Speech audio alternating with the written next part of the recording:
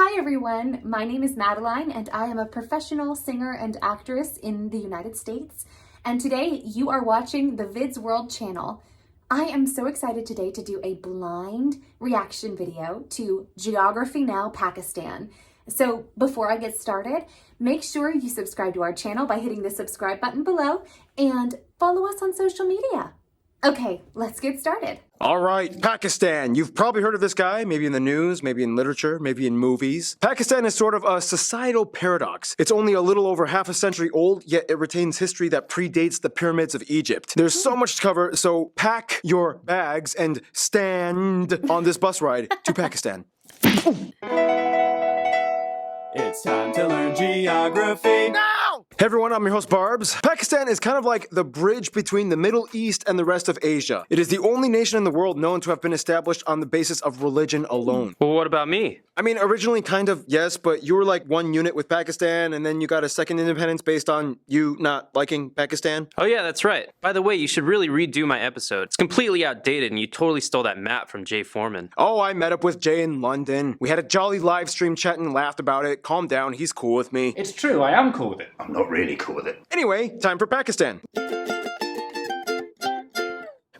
Pakistan. It's interesting because even the name, which means pure land, is even an acronym for the 5 former regions of British India that joined together. Punjab, Afghania, Kashmir, Sindh, and Baluchistan. Pakistan! Later the I was added to just help with pronunciation. Anyway, the map. Pakistan is located in South Asia, surrounded by Iran, Afghanistan, China, and India, with the Arabian Sea and Gulf of Oman in the south. The country is divided into 4 provinces and 3 territories, including the capital Islamabad that acts as its own territory. Keep in mind the northern territories are administratively operated under Pakistan's government, but India still claims parts or most of them. The country's largest city and former capital, though, is Karachi in the Sindh province, with about 15 million people. It holds the largest and busiest airport, Karachi Jinnah International, and the largest shipping port, the port of Karachi, which handles about 60% of the nation's cargo. However, the largest deep sea port in the world is actually here in Gwadar. Recently, it has been going over massive renovations and construction funded by the Chinese as a means to help with access to the Indian Ocean. The nation's second largest city is Lahore in the Punjab province, which holds the 3rd busiest airport, Lahore Allama Iqbal International. The country has a vast wide rail network extending from Karachi to Peshawar in the north, with branch lines extending to Iran, Afghanistan, and a proposed line that goes up to China. However, it would be very difficult considering that there are incredibly high mountains up further north, and today there is only one main road that crosses over from Pakistan into China. The N35 highway, otherwise known as the Karakoram Highway, the world's highest paved road at over 4,000 meters above sea level. This one little road is the life-giving artery on the 523-kilometer wide border that gives China access to the Indian Ocean and Pakistan access to the east, circumnavigating around India, which otherwise blocks them both. Yeah, I mean, it's really not hard to understand why China and Pakistan get along. It's like,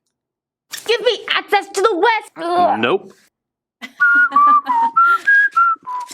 and now my favorite part of any episode, territorial anomalies. Now, if you ask someone to draw the map of Pakistan, you might get a lot of different images depending on who you ask. Some might draw this, some might draw this, and those that don't know what maps are might draw this. But in regards to the Pakistani administered areas, as we discussed before, this whole region is disputed with India, and it is the site of the most militarized area on the planet, Jammu and Kashmir. In a condensed explanation, in this area, Pakistan and India want all of this, China just wants these parts. Pakistan and India had 3 wars. They drew a militarized line over here between India and Pakistan. Pakistan relinquished their claim to the Shaksam Valley over to China, but India did not agree and still claims it. All the while, all 3 countries converge on the Siachen Glacier, the second largest non-polar glacier in the world, on point NJ9842, and the dead man zone begins where nobody dares to do anything. This is probably the most tense border point in the world. So there you go. That's amazing. Okay, so there are so many points that they've made in this video, which it's amazing how much they have condensed into the 3 minutes and 47 seconds that we have watched so far. But my brain is kind of like, wow, back to school. But there are so many world's most, world's deepest, world's highest, world's coldest, all this kind of fun facts in here that I had no idea about because I feel like my American geography classes were a little not worldly. So I feel like I was not educated on worldly geography. Even in my AP World History class, I felt like it was very narrow-minded and I just didn't get exposed to a lot of different parts of the world. It was like America and China, and that's all we learned about. Weird tension with Chinese alliance. Pakistan! Some of the top spots you guys, the Pakistani geography suggested we mention in this video include places like Faisal Mosque, the Shandur Polo Grounds, the most dangerous hanging bridge in the world, Shangri-La Lake, the shipbreaking yard of Gadani. There's so many amusement parks like these. There are so many forts like these. There's even some Hindu sites like these. Of course, there are so many tombs and mausoleums. Here's a bunch of them. There's St. Patrick's Cathedral in Karachi, Changamanga, Lahore Museum, Karachi War Cemetery, all of these UNESCO heritage sites, as well as these major archaeological sites. Yeah, you can see that there's a lot of backstory hidden within the valleys of Pakistan, and it goes way back to a very important river, which brings us to...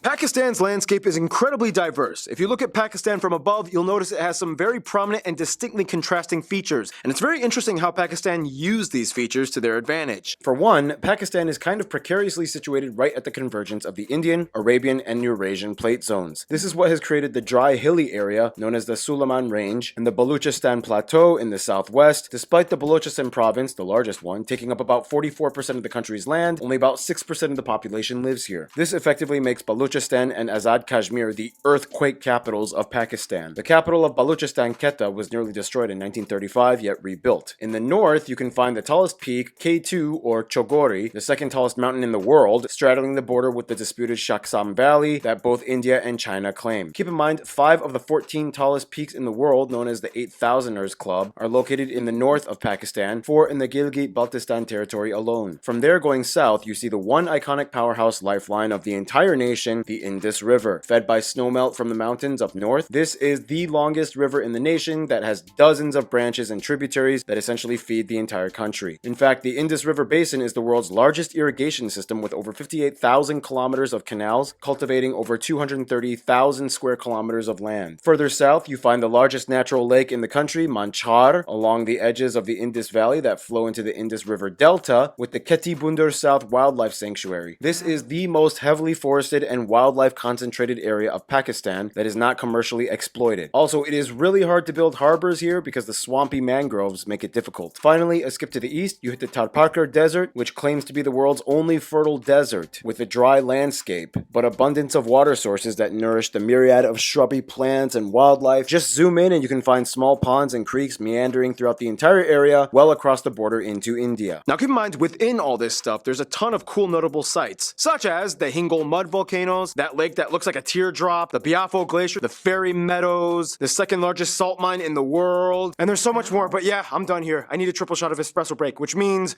oh no! Oh no! Oh no! Oh, Noah. As you can probably guess by now, Pakistan's land is not only loaded with contrast, but resources as well. Over 40% of the population is employed in agriculture and livestock, where wheat and cotton are the major crops. They actually rank 4th in the world for cotton production and 3rd in goat meat. Pakistan is actually one of the largest textile producing countries in the world. In fact, this one city produces about half the entire world's football or soccer balls. Otherwise, the nation is also thriving with wildlife. They have about 660 bird species, over 170 mammal species, including the national animal, the markhor. To finish off the segment like we always do, food. Some dishes you guys, the Pakistani geography suggested we mention include things like Baluchi style saji and meat pie. Beef and lamb korma is also popular. In the north, you see dishes closer to Iranian and Afghan cuisine like lamb and beef kebab and Pashtun style rice. We all know the world famous Punjab cuisine. It's virtually the exact same as the Punjab in India. In the south, the Sindhi people will probably have more fish in their diets as they are on the coast. There's a lot of other cuisines we could have mentioned within the various ethnic groups, but that would take way too much time. We can, however, talk about the people groups in this next segment. Thank you, Noah. Now, the weird thing about the entire South Asian subcontinent is that when you look at the people, many of them look exactly alike, and you would just assume they're basically relatives. I mean, you have Pakistani Punjabis and Indian Punjabis, Pakistani Kashmiris, Indian Kashmiris. They have the same languages and same cultural traditions and history and customs, and in most cases, they really are family. But when it comes to nationhood and worldview, the dichotomy makes a clear boundary that splits one side from the other. Keep talking. We're listening. First of all, the country has over 200 million people and is the 6th most most populous nation in the world and second most populous Muslim nation after Indonesia. The country is very diverse in people groups, but the largest ones are the Punjabis at around 45%, Pashtuns in the north at about 16%, Sindhis in the south at about 14%, Saraikis at about 9%, and the rest are a mix of various other people groups like the Mujahirs, Baluchis, and so on. They use the Pakistani rupee as their currency, they use the type C and D plug outlets, and they drive on the left side of the road. Yeah, they were a former British colony. Now, Pakistan has 74 listed individual languages spoken throughout the country, 66 of which are indigenous and 5 have over 10 million speakers each. Almost all of them are Indo-Aryan. How on earth do all the people of Pakistan stay interconnected? Well, today, much like India, the nation has 2 official languages used and taught in schools, used as lingua francas, Urdu and English. Yeah, that's right, it's pronounced Urdu, not Urdu. For reference, Urdu is basically the same thing as Hindi, except it has a few extra words and phrases borrowed from Persian and Arabic. It's also written in the Perso-Arabic script. Here are some of you guys, the Pakistani geographers, explaining the subtle differences between Urdu and Hindi. Hi, I'm Asya from Pakistan. Khatun is a woman in Urdu, and in Hindi it's Mahila, usually. Also, words like miracle, which is mojiza in Urdu, is chamatkar in Hindi. I'm Maha from Lahore. Some of the words, or more like sentences, are quite the same in both the languages. Like the word magician, in both Hindi and Urdu it's jadugar. But to a Pakistani and an Indian, the language differences are quite stark. Let's take thank you for example. In Hindi, you would say dhanyawad, but in Urdu, you would say shukriya. Thanks, guys. Now, within the areas that make up Pakistan today, there is no one type of Pakistani. They come in all different shapes and colors, but the general demographic configuration layout shows that the east is more Indo-Aryan and the west is more Perso-Iranian. We don't have time to explain the culture behind all the many people groups of Pakistan, but we can highlight the largest ones. Let's start off. Punjabis. They are the river people. The word Punjab even means land of 5 waters. They are the backbone of the Indus River Valley. They are known for having a lot of agriculture or artisan associated people, but basically everyone knows that Punjabis are like the partiers of Pakistan. Their cousins, the Saraiki of the south, are kind of like a weird fusion between Punjabis and Sindhis. They love cooking with these flowers and are famous for their Jumar dancing. Sindhis are the southerners of Pakistan that rule the delta and the largest city, Karachi. They are kind of known for being the money handlers, the business guys of Pakistan that keep the gears running on the financial side. Sufi Islam has a huge impact on Sindhi culture. Pashtuns. These are the same Pashtuns that we talked about in the very first Geography Now episode, Afghanistan. Remember those days. They are an Iranic people group related to the Persians and Afghani groups, not Indo-Aryan. Many of them still follow Pashtunwali, or the ancient self-governing tribal system that regulates everyday life activities in Pashtun communities. They have their own traditional clothing, festivals. Many celebrate Nowruz, the Persian New Year. And finally, Baluchis. They are the cousins of the Pashtuns, another Iranian people group. Like the Pashtuns, they have their own tribal societies. According to tradition, all the tribes are descended from one of the 5 children of Jalal Khan. At one point, there was kind of like a little bit of an insurrection amongst the Baluchi people for secession into an independent Baluchistan state. They are the most mineral-rich province in Pakistan, which is why their women are known for wearing some of the most lavish jewelry. And finally, we have to mention the cold mountain people, such as the Kashmiris, Baltis, Wakis, and so on. Kashmiris are Indo-Aryan, whereas Baltis are Sino-Tibetan. Nobody knows exactly what the Baruchos are, but they exist. The Hunza people live the longest and have a super healthy special diet. The Kalash people have lots of blondes and redheads, and they practice a form of animism related to ancient Hinduism. And there are so many other people groups, but we don't have time. That's the gist of it. That's how you make a Pakistan. Otherwise, there are some traits that most Pakistanis kind of universally follow. And with that, here's Random Hannah to explain with culture stuff. I just wanted to pop in and say I love how thorough they are. I know there's no way to cover every single facet of the cultures and the people and the history, but like I'm really appreciating how fast-paced it is and how much information they're able to cram into these fun segments that they do. I think I've never seen any of the Geography Nows. This is my first time watching an episode, but I would definitely refer back to them if I wanted to learn about a place I'm visiting or something like that. I love how it's set up. It makes it fun and keeps it fresh because it's really hard to focus for 20 minutes or 19 minutes and 9 seconds, as I'm sure you're all aware. But the way they've set it up is really fun and engaging and keeps you wanting to hear more.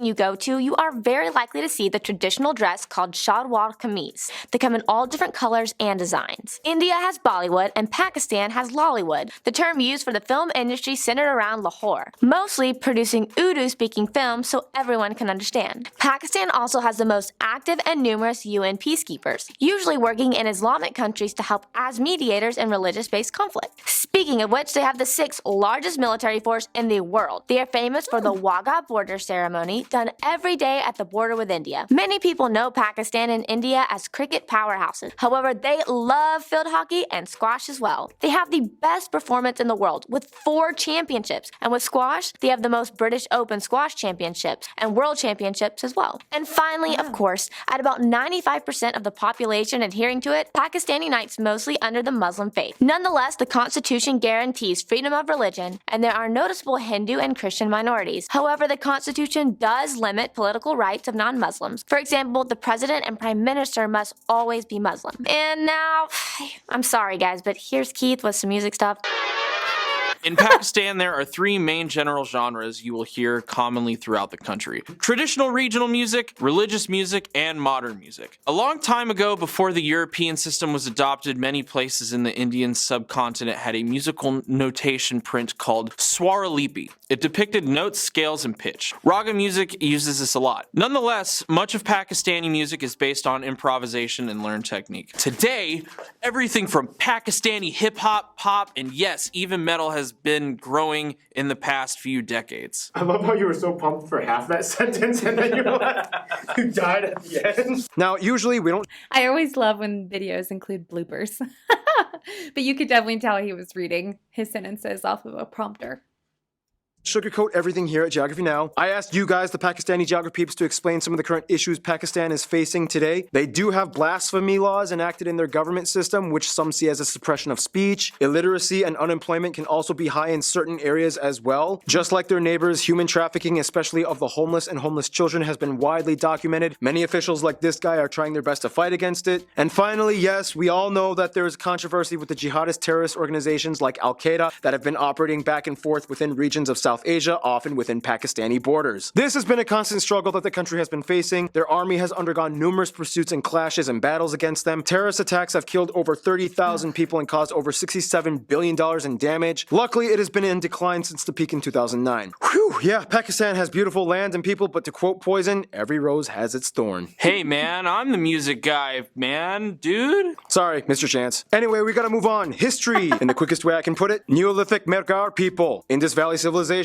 Indo-Aryans migrate, Hinduism, Persians, Macedonians, Mauryans, a little bit of Buddhism comes in, weird confusing Indo-Greek Scythian Parthian kingdoms, more Hindu kingdoms, Arab Caliphate, Islam comes in, Turkic dynasty, Mongols, yeah, even the Mongols took a stab at it, weird regional kingdom era, Mughals, British, independence and partition, Pakistan is two parts, wars with India, Bangladesh breaks and doesn't want to be part of Pakistan anymore, first democratic transition from military rule, coups, military tension, China deals, country grows, and here we are today. And finally, here are some famous people you guys, the Pakistani geography suggested we mention. Jahangir Khan, Sohail Abbas, Malala Yousafzai, a bunch of singers and actors like these people. There's just too many to mention. But one of the most famous ones would probably be Rahat Fateh Ali Khan. So many politicians and army people like these. I'm just gonna put it on the screen for you, as well as all these sports and athletic people. Mahbub-ul Haq, Mir Muhammad Ali Khan, Abdul Qadir Khan, Abdul Salam, and Shahid Khan. A lot of poets and religious figures like these, but this one, Allama Iqbal, probably being one of the most prominent ones. Yeah, so many notable famous Pakistanis. I'm pretty sure a lot of people around the world have heard of them, which brings us to the world relations, which brings us to...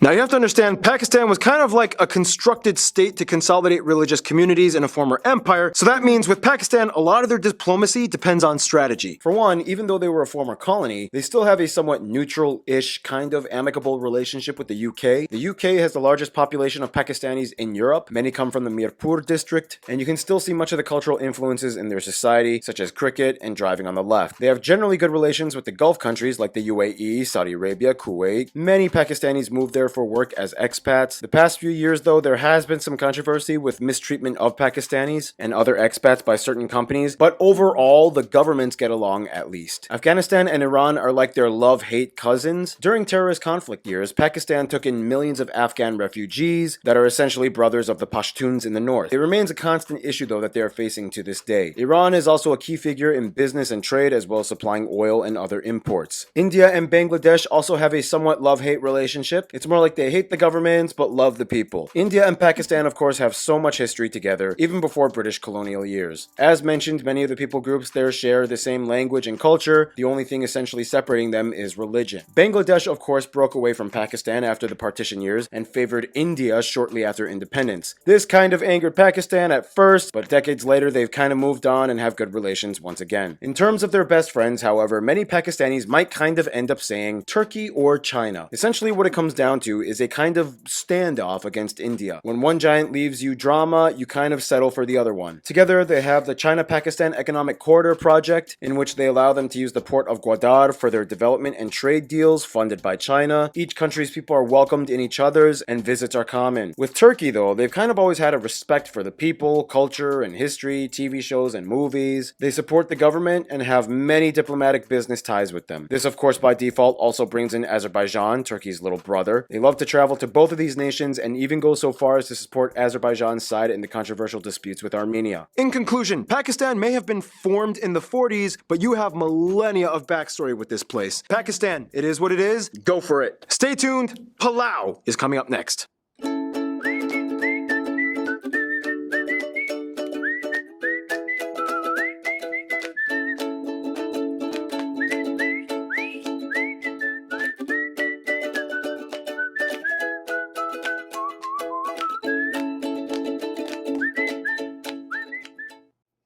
That was awesome.